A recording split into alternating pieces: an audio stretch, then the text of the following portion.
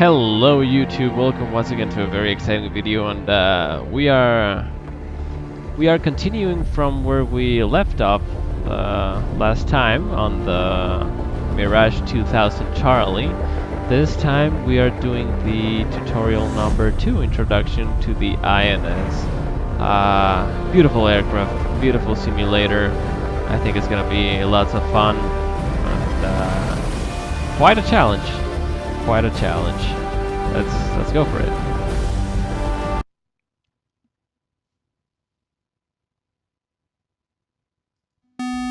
Oh boy.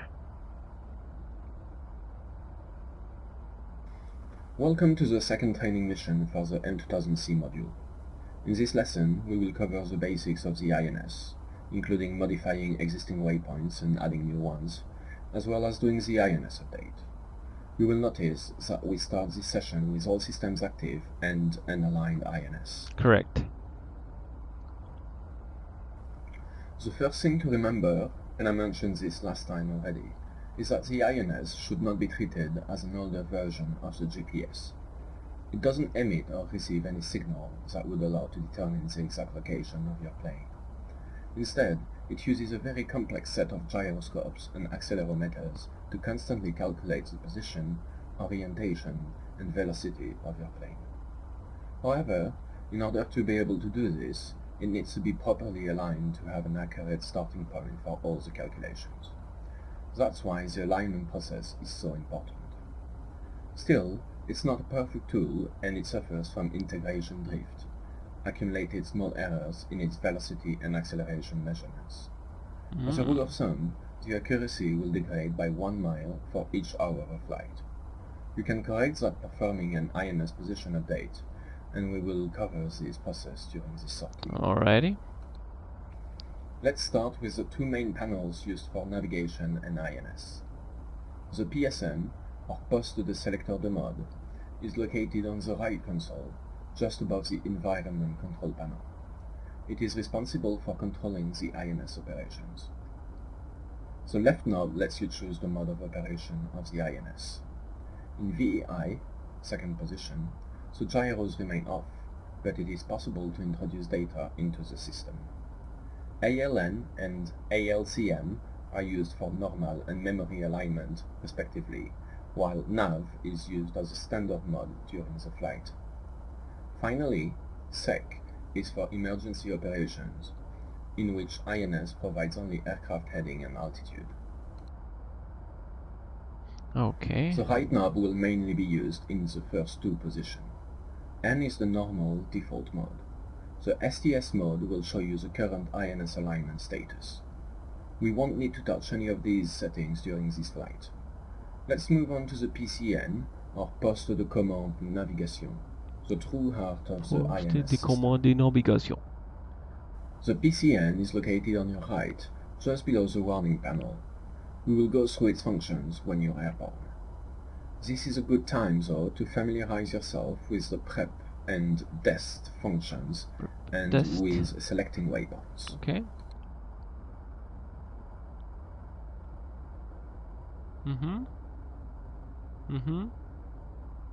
Carry on. The PREP button lets you select the waypoint you want to modify or visualize without changing the one currently used for navigation, which is displayed over DEST. DEST is only used for navigation purposes and is visualized in the HUD, the HDD, the ADI, and the HSI. Okay. You will also want to use the PREP button to check basic current information about your plane, such as altitude, geographic position, and ground track. In order to enter this mode, you should set PREP waypoint number to 00. Please note that you cannot do that for DEST. Click on the PREP button once. When it lights up, use the numeric keypad to choose a desired waypoint number, in this case 00. Remember that you always have to enter 2 digits, so for waypoints below 10, you will need to introduce 0 first, 01, 02, etc. As soon as the second digit has been entered, the selected waypoint data will be displayed. Choose waypoint 0 as your PREP, and waypoint 1 as your DEST, and press spacebar when ready. Okay. Prep 00, destination 01. There is an easy way to copy prep to dest window, or the other way around. It is handy if you want to change some of the waypoint parameters in prep and then quickly make it your dest. To do so, you need to click the desired button twice. So if you press prep twice, the dest waypoint number will be copied to prep, and vice versa. Go ahead and make waypoint 1 your prep by using this method. Press spacebar when you are ready to continue. Okay, so yeah, that's it. Alright. The last thing you need to learn about waypoints is that they change automatically once you get to around 1.5 nautical miles away from them, as long as the ENC light is on. Okay. If, for some reason, you want to keep one waypoint selected all the time, for instance to do a position update, you just need to disable the ENC by pressing it. Alrighty. Keep it on for the moment, though. Contact the tower, take off, climb to 10,000 feet, and head towards waypoint 1. Okay. Where is... How do I see... Okay, well... Sure.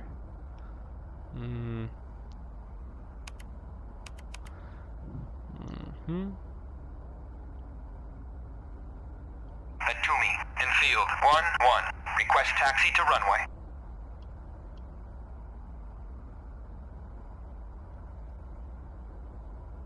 Enfield 1-1. Atumi, clear to taxi to runway 31. Okay, taxi 3-1.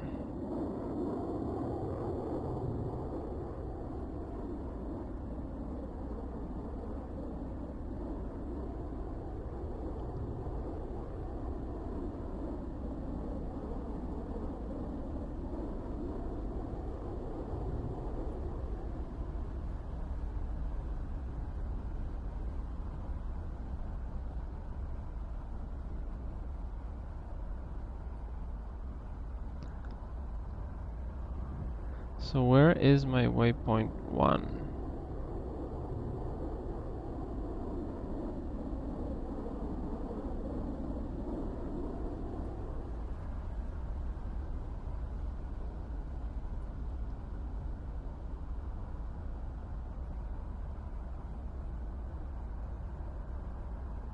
Enfield 1-1. Unable to clear for takeoff. Why? Enfield 1-1. Okay. Atumi, you are cleared for takeoff when ready. Climb 300 at QFE 29.89.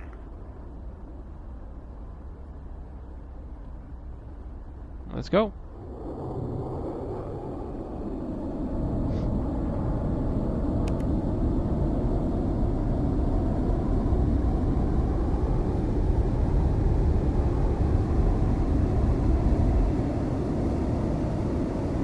Gear up.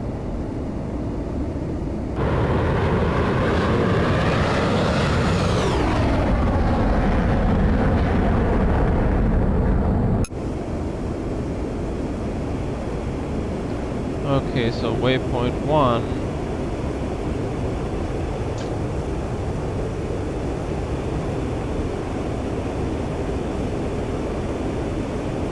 Where is it? How do I reach waypoint 1? How do I know where waypoint 1 is? There? On the way, we will go through the different display modes of the INS. First, the basics. You have a total of 4 LCD displays used to visualize how to edit data. Left and right main window in the top row, and prep and dest windows below, which we have already covered. Well, Underneath them, there is a parameter selector knob, which allows you to choose what kind of information will be displayed in the main windows. For this part of the mission, use spacebar after I finish my explanations, and whenever you are ready to move on to description of the next setting.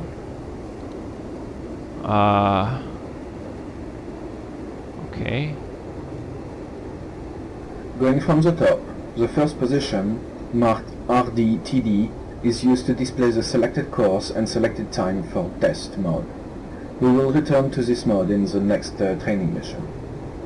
For waypoint 0 in prep mode, it will show you the ground track and the INS chronometer.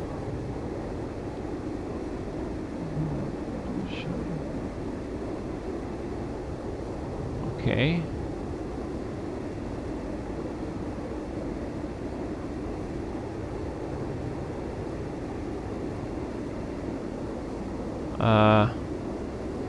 For waypoint 0 in prep mode. Okay, The next three positions, marked BAD, refer to the offset point. With these, you can make an offset point for each waypoint stored in the memory of the INS. None of these settings will work for waypoint 0. Offset points are most commonly used for precision bombing, but this will be covered in a separate training mission. okay. Here, we will only explain the basics. Bad. Okay, bad is left, bad is right. Okay. The delta L and delta G setting enables you to set the target's coordinates using the distance in kilometers from the selected waypoint to the north-south for delta L and east-west for delta G. The delta alt setting is used to set the difference between the waypoint altitude and the offset point altitude. Polar rho theta are introduced in a similar way to the bullseye scores, where rho is the distance from the waypoint in nautical miles and theta the true north bearing. Okay. Okay, I think I kind of The understand. next position, deck, is the magnetic variation in degrees between the true and magnetic north. It is displayed in the left window, while the right will remain blank both in dest and prep mode for waypoint 0. Note that the magnetic variation can be edited in the INS.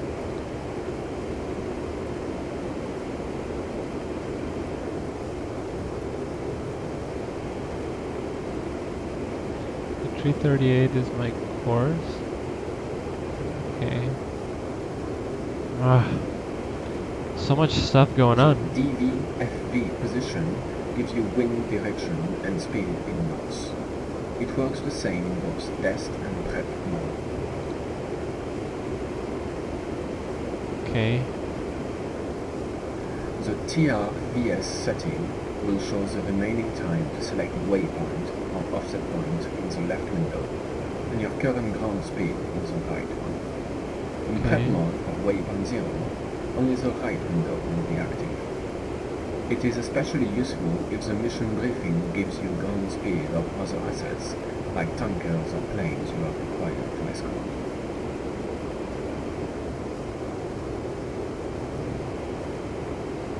Okay. Makes sense? DRLT shows you the distance in nautical miles and bearing to a waypoint or an offset waypoint. In prep mode for waypoint 0, it will display your true heading in degrees.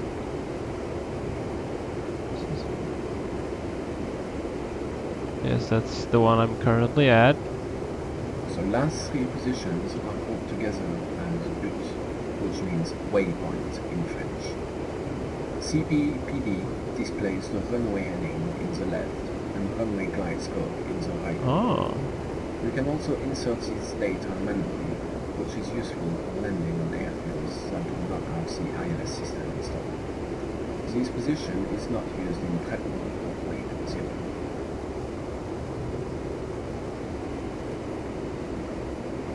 Okay. I'm still a little confused about prep, but okay. Alt allows you to check or change the set altitude of a given waypoint for up to 25,000 feet. Left window is used to display the altitude in feet, right one in meters. You will notice that the waypoint altitude from your flight plan will always match the ground elevation of the given spot, so it will be different from the altitude specified in the briefing. This is because, unlike for Russian planes, there is no vertical guidance on the HUD in M2000C. In prep mode, the alt position shows the current altitude of your aircraft in feet and meters. Okay.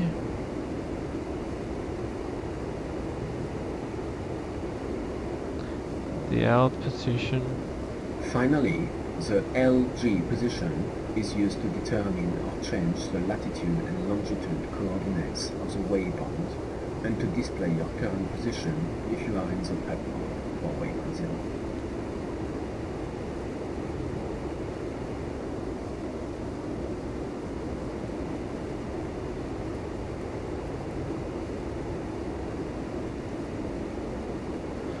Okay, okay. This is really interesting. Really interesting. A little bit deviating a little bit. My curse should be 345. I am less than 330. 320. I was 320, 330. Okay, let's go 330, 345, and I should be on course to my destination. Let's continue. But yeah, holy Now cow, is a that's good time insane. to learn how to Okay. create a new waypoint and add it to your flight plan. We will do so by entering its latitude Oh, and boy. longitude into the PCM. Before we start, a general remark about two types of data which can be used, signed and unsigned. Signed data needs you to specify whether the value you are about to enter is positive or negative.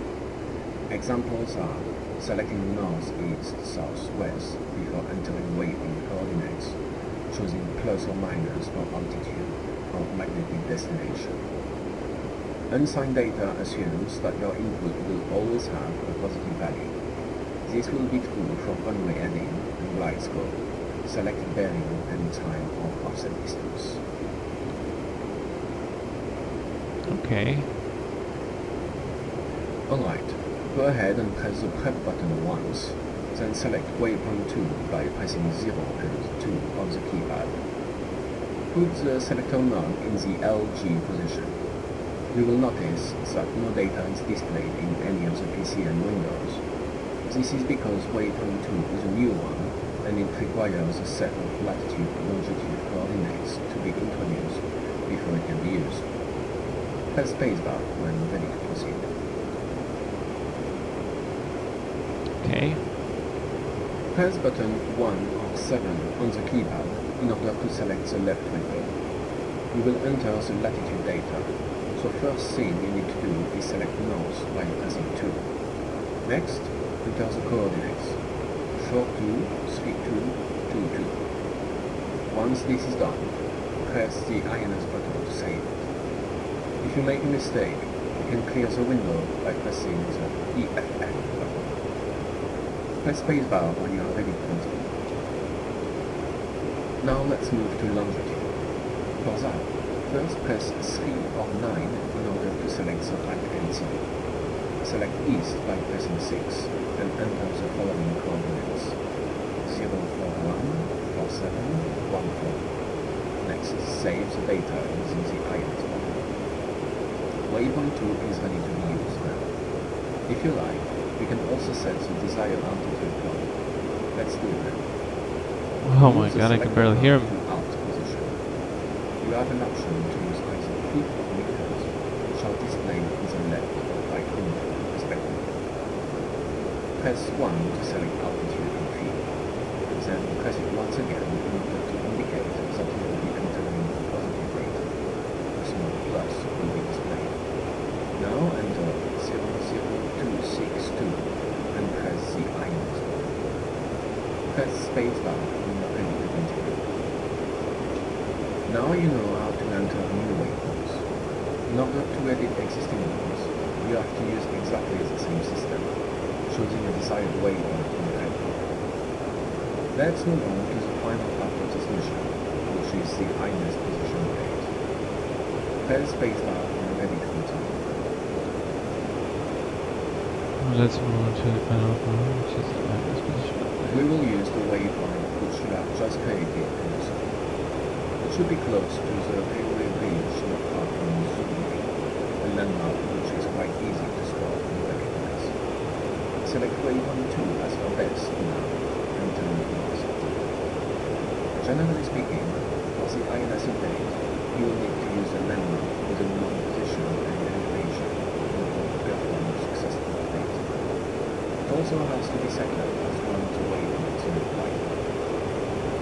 It is a good idea to make a list of several landmarks that are close to the envisaged flight plan for each one of something, and note down the coordinates.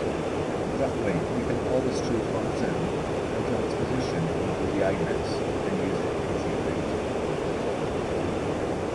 Holy cow. There are two ways of performing the update: waypoint flyby and waypoint payload engine. I will find those.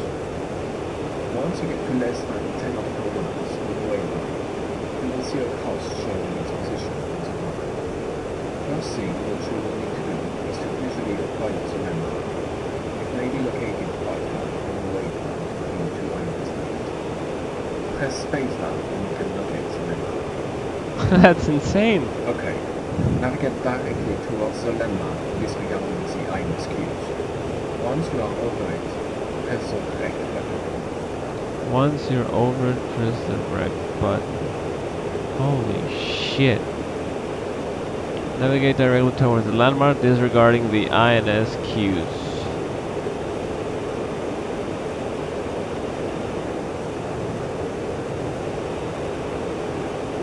Damn.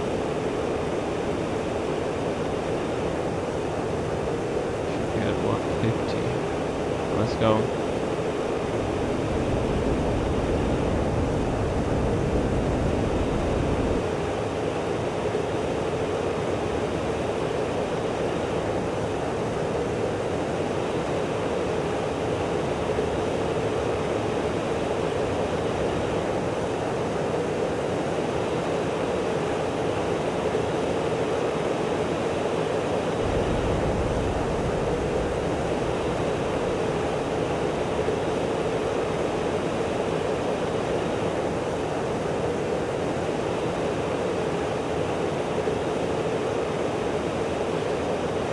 Okay, so we're going to a landmark. Once I am over it, I will press the rec button. Alrighty.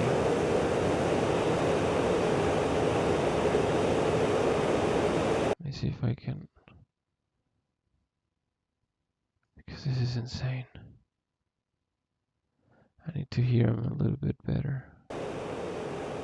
Okay, I should have done this earlier, but yeah, here it is.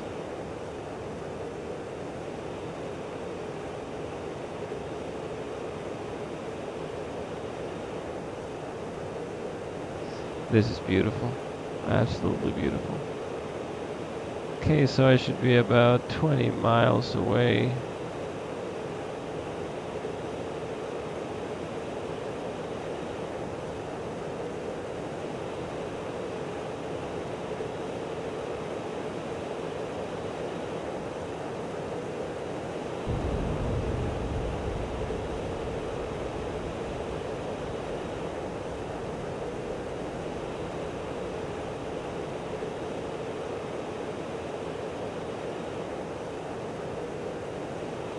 Okay, so I should see a bridge.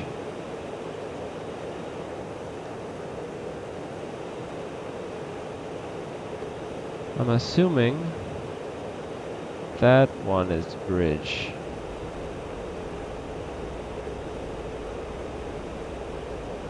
Yeah, that ought to be. I'm gonna have to press, holy cow. Oh, I see the mark. That's pretty crazy. And it's not that far away from it. I mean, it is, but not insanely. That's cool. That's cool. Okay, so I need to be over the bridge and then press rec.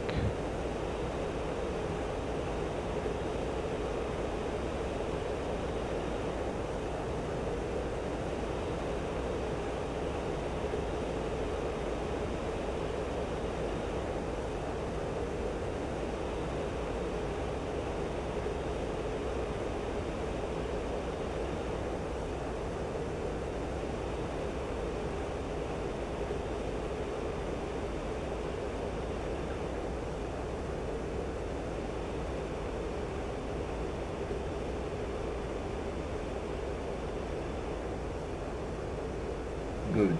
Look at the LCD displays on your PCM. Depending on your selector knob setting, you will see two different types of data. If the knob is in delta L, delta G mode, you will see the difference in latitude and longitude between the landmark and the place where the INS thinks it's located. This difference will be given in nautical miles. If the knob is in any other position, the difference will be shown in polar coordinates. The left LCD display will show the distance difference in nautical miles, while the right LCD will show the bearing difference.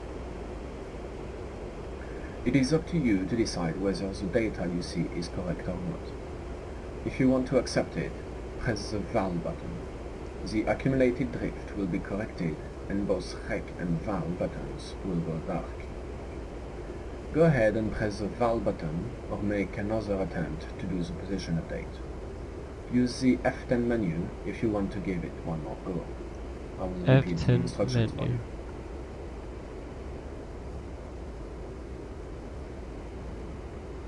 Okay, I want to check it out. I want to see how it Remember goes. that if the how it difference went. between the aircraft and the landmark position is more than 15 miles, the VAL button will remain dark and the REC button will start to blink. You cannot complete the INS position update, and the INS will continue using the values it already has. Okay, good. Time for the second type of position update for which we will use your radar. Turn away from waypoint 2 and fly straight for some time to get enough distance. 10 miles should do. After that, change your course again and start moving towards waypoint 2. Press spacebar and increase. Turn away from the waypoint 2 and fly straight for some time to get enough distance. 10 miles should do. After that, change your course again and start moving toward waypoint 2. Okay, so I just fly away. Then I will come back. 10 miles away from it. Got it. Should be fairly quickly on this beast of an aircraft.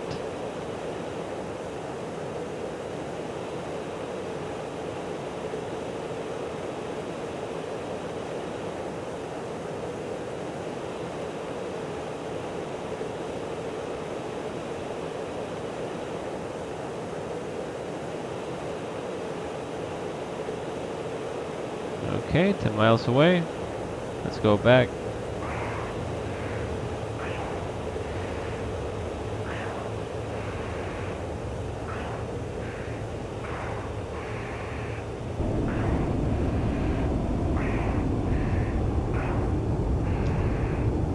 With the PCA in nav mode, press the OBL button. A diamond-shaped designator Q will appear on your HUD. Wait until you get close enough to the landmark, then maneuver your aircraft to put the diamond directly on it, and click on the TAS ranging. What the hell are you talking about? Remember that you should have both your radar and radar altimeter set to on. Oh my god. The rest of the process is exactly the same as for the waypoint flyby. We get the readout about the difference and can either accept or reject it. What the hell? 15 nautical miles rule still applies.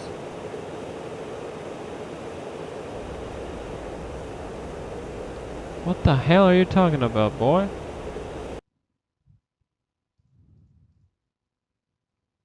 How? What? This concludes training mission number 2. Oh In wait, the what do next you mean? mission, we will go through the HSI and other INS settings, like using mark points and offset points.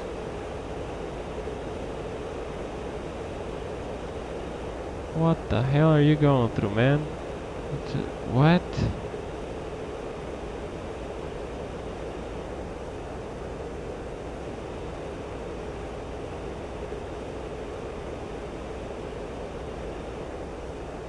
Set F10 menu.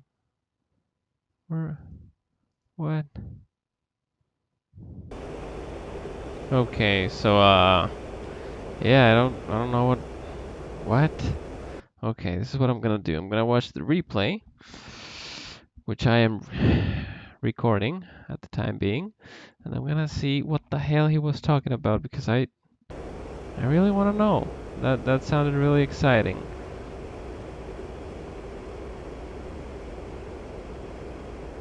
I really didn't.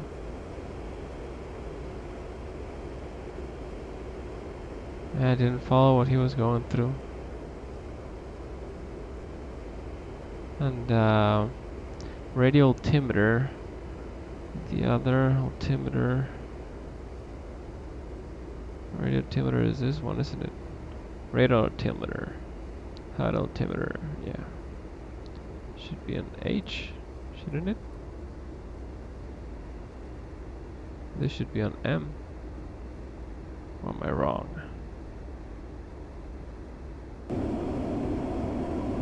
Yeah, I'm gonna check out the replay. I'll be right back.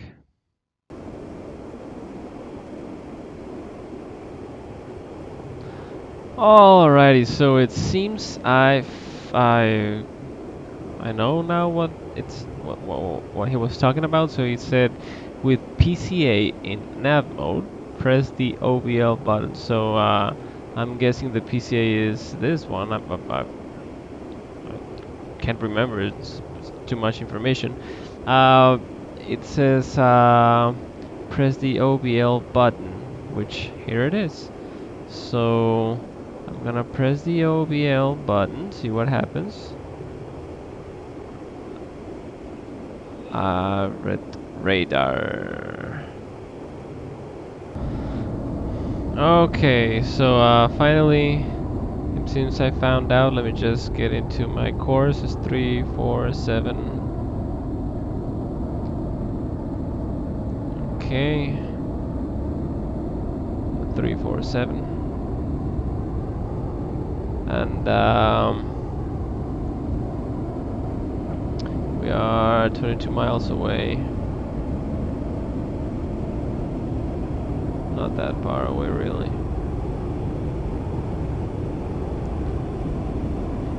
Okay, so the thing is, you need to, well, here it is, the OBL button. Just make sure your radar is on. If not, you're gonna have this red radar problem. I'll turn it on, and there we go. And yeah, I think yeah, bingo. So we're running low on fuel. So yeah, that's kind of an issue we have right now. So no more afterburner. That burns too much fuel. So we have the little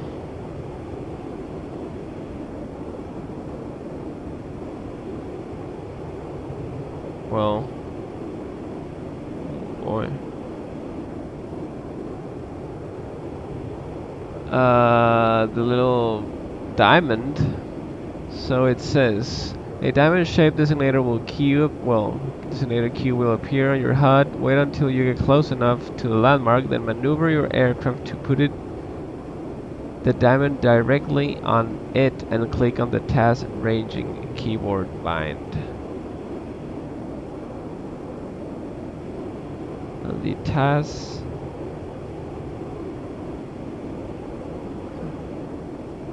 I don't think it's rec.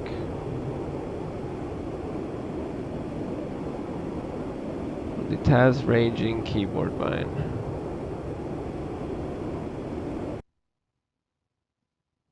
I don't know. Okay, let's see.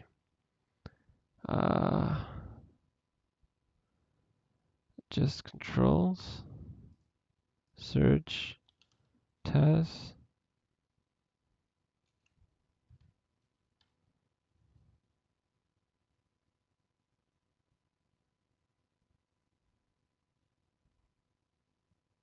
Target. No.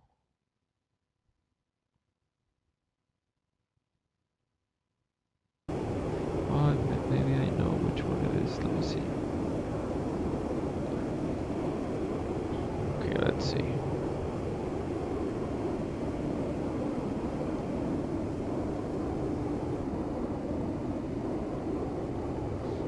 Okay, that's not working as I expected.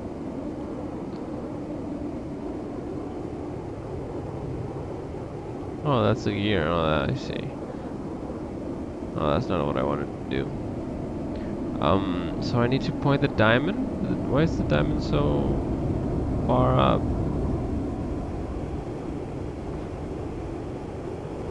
Okay, let's see what happens if I click on enter. Nope. That's not it. Yep, not it.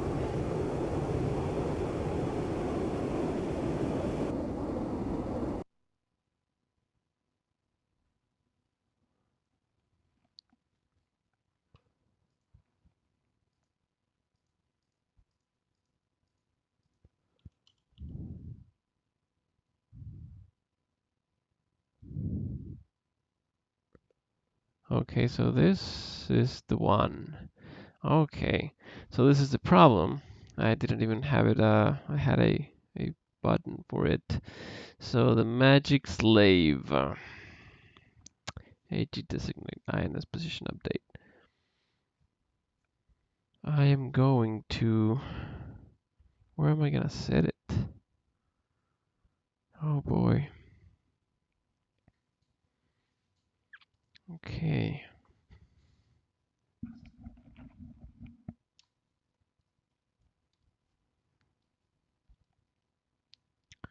I'm gonna add a modifier.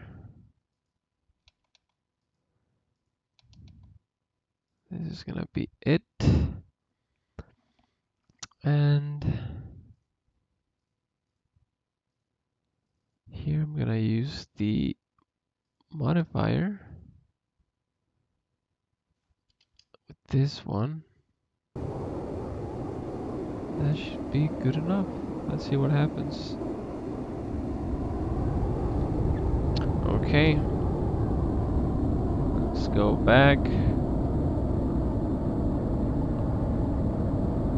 Should be that one. Let's see.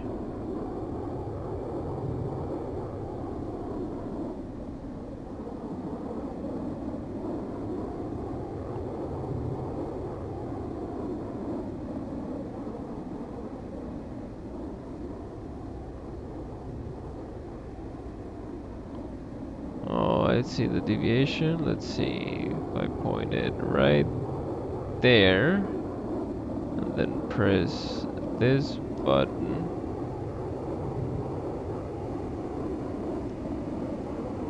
Did that work? Okay, let's see.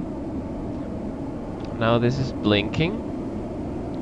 So I'm assuming I can click on rec. Val. Let's see what happens. Let's see.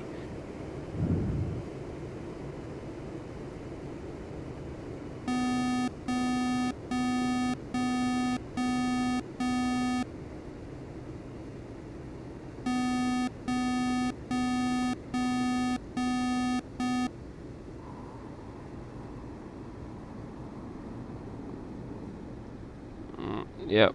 Okay. No fuel. Oh boy. So I won't be able to find out this time, but yep. I don't even know how to eject, so we.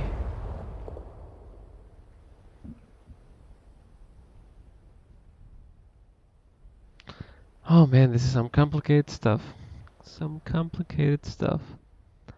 But we're getting somewhere. Ah, oh well. I'll see what happens next time. Anyway, guys, that was it for the tutorial number 2, and I will see you on tutorial number 3 for the M2000 Charlie. Happy flying. Cross check out.